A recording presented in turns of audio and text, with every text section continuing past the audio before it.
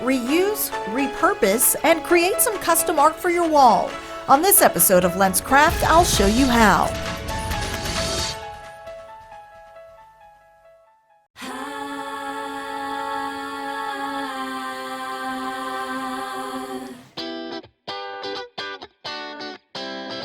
For this project, you'll need a canvas, fabric, paint, and old records.